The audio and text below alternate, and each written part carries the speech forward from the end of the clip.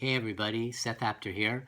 I'm in my studio in New York City and I'm here today on video to show you one of my new products that will be released this January. This is a line of embossing powders that I call Baked Texture. They are being developed through Emerald Creek, which is a Canadian company, an amazing Canadian company. And I have 7 new powders coming out. They'll be released at the AFCI show in mid-January, but they are also available for pre-order now on my site and in many other places as well. Today I wanted to focus on one. This is Vintage Beeswax. It's definitely one of my favorite of the 7 flavors. Embossing powders have been around for a very long time, and it's been my goal for, I don't know, a year or two to bring them back. I use them often, and I use them sometimes in unique ways. They had been very popular, and I'm hoping that with some of these new flavors, there's a little bit of a resurgence. Let me tell you a little bit about vintage beeswax. First of all, it's just beautiful to look at, even when it's not melted. It's developed in part to add a little bit of a vintage flavor to your work, but what I really love is when you use it to create faux encaustics. Encaustic is basically, in a nutshell, where you melt beeswax and other materials onto the surface of your work. I love the look. However, I live in New York City in an apartment. There's no ventilation. I don't have space to add yet one more uh, art or craft technique. And I think this is just easy. So I want to share with you the process. Today I'm starting with a 4x4 by 1.5 inch block. What I've done is before the video ran is I created just a very simple collage using vintage paper. This paper was initially quite white, but what I did was I decided I wanted to add some detail and some color and a little bit of kind of grungy, vintagey design to it. So what I did was I used a combination of dye inks. These are some of my favorite colors that I use a lot. These are the Distress inks from Tim Holtz, definitely my favorite for this technique. I added some of it with a sponge, just very loosely, randomly. I added it around the edges. I can do a little bit more like that. Just pressed it in the middle, just to add a little bit of extra flavor and flair. The key to the way this vintage beeswax works is that it's translucent. So what that means is that when it goes over the surface of anything, it allows you to see through. The majority, not all, but the majority of embossing powders out there are opaque, which means that when you place them on, you can't see through them. The encaustic look can be gotten because these are translucent. What that means, though, is that you want to make sure that you have some beautiful detail underneath to show through. And the coloration that's underneath will also impact on the final color of your piece. That's why I added the detail with the Distress ink. I also used some rubber stamps. This is one of mine from Impression Obsession to add a little bit more detail. And some of my favorite pencils, these are the Stabilo Alls. They're amazing. I've used 3 different colors to add a little bit of flavor and some handmade marks as well.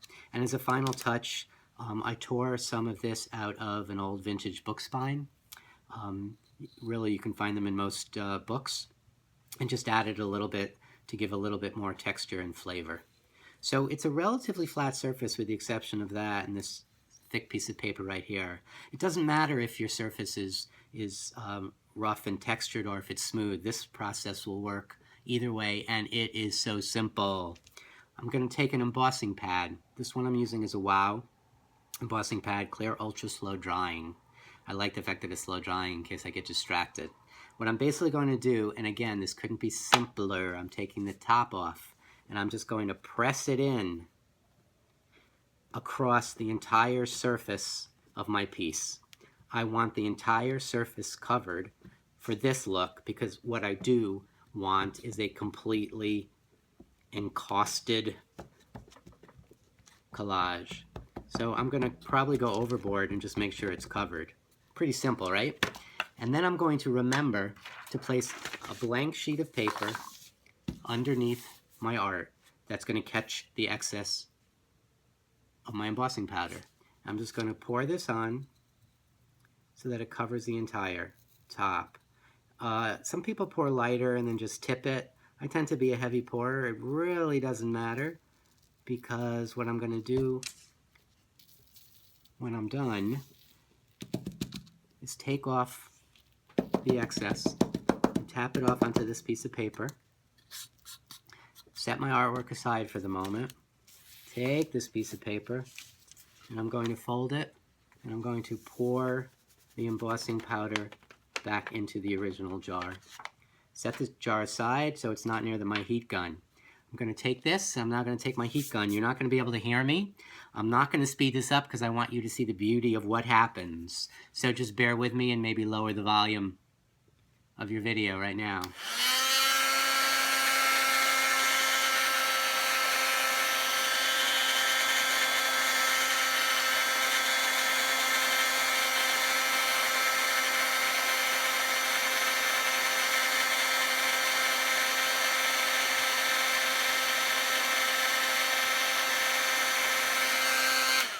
Going to stop for a second. I want to make sure you can see that the magic is happening. What you want to make sure when you use this particular embossing powder, vintage beeswax, is that when it seems like it's melted, you're going to be melting it actually a little bit more.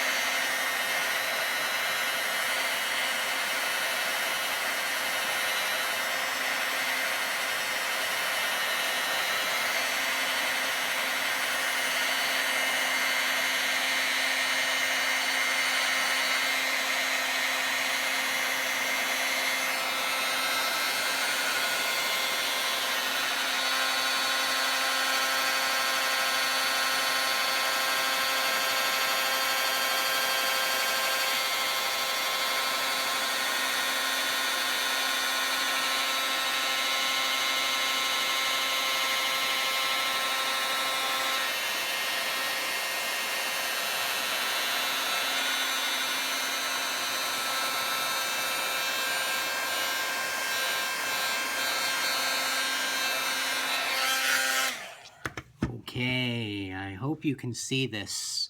Let me hold that up to you. It's catching the light so you can see how shiny it is, that it really does catch the light. Right now it's still hot.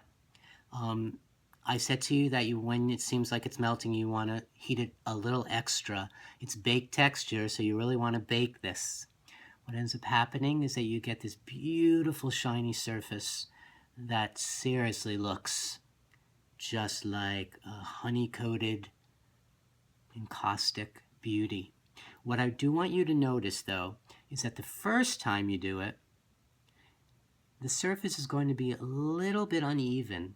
I think you might be able to catch that in the light. Look, got my low battery going. I had to close that, turn that off. So what's going to happen is that you're going to do the exact same process again. You might have heard me, if you've ever taken one of my classes, talk about, in fact, in mixed media, that if you do it once, you should do it twice. So what I am going to do is I am going to start that process one more time. I'm going to emboss the entire surface one more time, and I'm going to do it with the same process. I'm going to try to speed up this video while we're doing it, and then show you in the end the final look. You just want to make sure that the surface is fully dry from the first heating before you move on to the second heating, and it dries quite quickly. So I'm going to go ahead, going to put my embossing pad over, and I'm going to start the process number 2. Again, you don't need to pour this much on. Just my tendency to be an over pourer.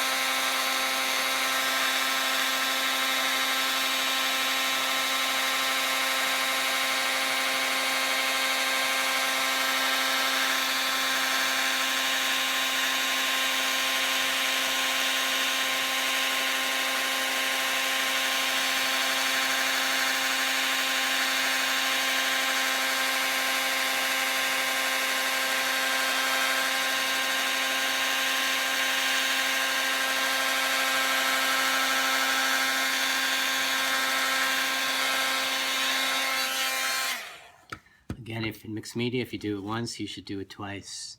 And there is our beautiful surface. Thank you so much for watching. I so appreciate it. You can find out more about this product and you can purchase it through my online shop at sethapter.com. Thank you.